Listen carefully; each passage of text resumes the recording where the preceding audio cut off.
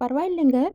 இப்போ நம்ம cheese popcorn, butter popcorn, caramel popcorn இதெல்லாம் போட ஆரம்பிச்ச உடனேயே வியாபாரம் நல்லா நடக்குது.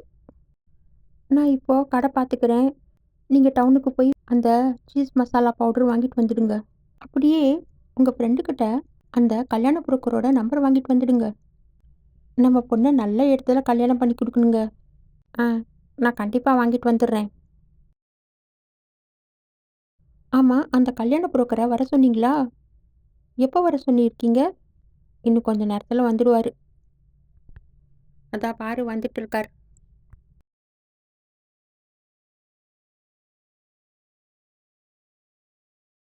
வாங்க, வாங்க. நான் பொண்ணோட ஃபோட்டோவும், பயோடேட்டாவும் அனுப்பியிருந்தேனே பார்த்தீங்களா? ம். பார்த்தேன். என்கிட்ட சூப்பரான மாப்பிள்ளைங்கலாம் இருக்காங்க. நான் ஏதாச்சும் ஒண்ணு பார்த்து சீக்கிரமாவே செட் பண்ணிடுறேன். நீங்க ஒண்ணும் கவலைப்படாதீங்க. ஆ, உங்களுக்கு எந்த மாரி மாப்பிள்ளை வேணும்?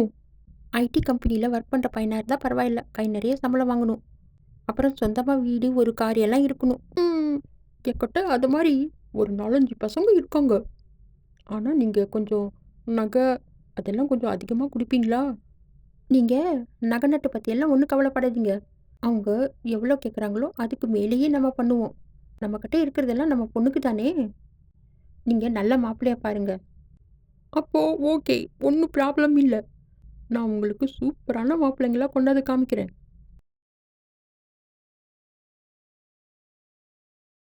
நானும் என்கிட்ட இருக்கிற எல்லா ஐடி மாப்பிள்ளையும் உங்களுக்கு காமிச்சுட்டேன். அவங்களுக்கு பிடிச்சா உங்களுக்கு பிடிக்கல. உங்களுக்கு பிடிச்சா அவங்களுக்கு பிடிக்கல. ஏதோ ஒரு விஷயத்துல இந்த கல்யாணம் தள்ளி போயிட்டே இருக்கு. இப்படிதான் எனக்கு தெரிஞ்ச ஒரு பொண்ணுக்கு கல்யாணம் தள்ளி போயிட்டே இருந்துச்சு. அவங்க ஒரு சாமியார் அம்மா கிட்ட போய் எந்திரம் போட்டாங்க. 1 மாசத்துல கல்யாணமே நடந்துருச்சு. இப்போ அந்த பொண்ணுக்கு ஒரு குழந்தை கூட இருக்கு. உங்களுக்கு எந்த வரனும் செட் ஆக மாட்டேங்குது. நீங்க வேணா அந்த சாமியார் அம்மா கிட்ட போய் ட்ரை பண்றீங்களா?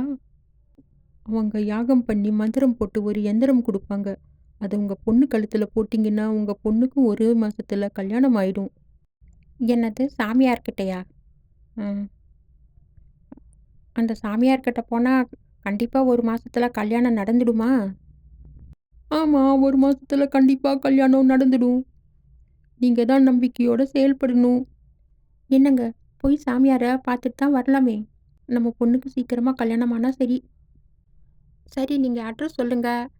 நம்ம ஒரு நாள் போய் சாமியார பார்த்துட்டு வந்துர்றோம். உங்க பொண்ணுக்கு நல்ல மாப்பிள்ளை கிடைக்கணும்னா, அது சீக்கிரமாவே பண்ணுங்க. உங்க பொண்ணுக்கு நெறைய பீட பிடிச்சிருக்கு.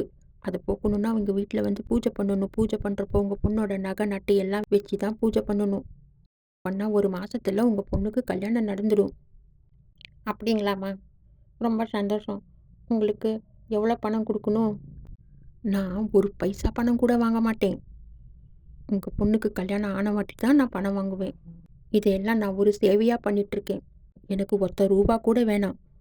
உங்க பொண்ணுக்கு கல்யாணம் முடிஞ்சதும், நீங்களா பார்த்து எது குடுக்குறீங்களோ அத நான் வாங்கிக்குவேன். நீங்க நாளைக்கே வீட்டு நல்லா சுத்தமா கழுவி, பூஜைக்கு ஏற்பாடு பண்ணுங்க. நான் நாளைக்கு நைட்டே வந்து பூஜை பண்றேன். நான் பூஜை பண்ணா உங்க வீட்ல இருக்கிற துஷ்ட சக்திகள் எல்லாம் வெளியே போயிடும். அப்புறம் உங்களுக்கு நல்ல காலம்தான். ரொம்ப நன்றிங்கம்மா. நீங்க நாளைக்கு கண்டிப்பா வந்துருங்க. நாங்க எல்லாம் ரெடி பண்ணி வைக்கிறோம். ஆமாங்கம்மா. உங்க ஆசீர்வாதம் இருந்தா தான் நம்மளால இந்த பிரச்சனையிலேருந்து வெளியே வர முடியும். கண்டிப்பா என்னோட ஆசீர்வாதம் உங்களுக்கு இருக்கு.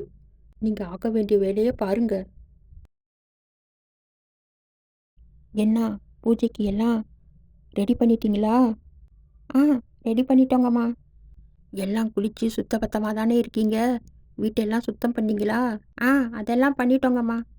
பூஜைய ஆரம்பிக்கிறேன். உங்க பொண்ணோட நகை, நட்டு, புடவையெல்லாம் கொண்டாந்து வையுங்க. உங்க பொண்ணையும் இங்க உட்கார வைங்க. பூஜைய ஆரம்பிக்க போறேன். நான் சொன்ன மாதிரி உங்க பொண்ணோட நகை, நட்டு, புடவையெல்லாம் வச்சாச்சா? ஆ, நீங்க சொன்ன மாரி எல்லாம் வச்சுட்டோங்கம்மா. ஆ, நான் பூஜைய ஆரம்பிக்கிறேன். எல்லாம் மௌனமா இருங்க. ஆங்காரி, ஓங்காரி, நீலி, சூலி இங்க இருக்கிற துஷ்ட சக்திகள் எல்லாம் விரட்டுங்க. ஐயோ! என்ன நடந்துச்சு? நாம எங்க இருக்கோம்? ஆமா, நாம எங்க இருக்கோம்? நம்ம நம்ம வீட்டில் தான் இருக்கோம். அட! நம்ம பூஜை தானே பண்ணிட்டு இருந்தோம்.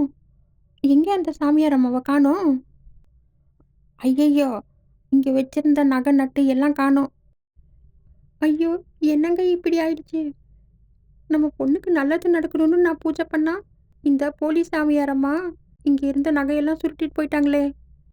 அவங்க எங்களுக்கு எந்த காசும் வேணாம், எந்த பணமும் வேணான்னு சொன்னப்பவே நம்ம கொஞ்சம் உஷாரா இருந்திருக்கணும்.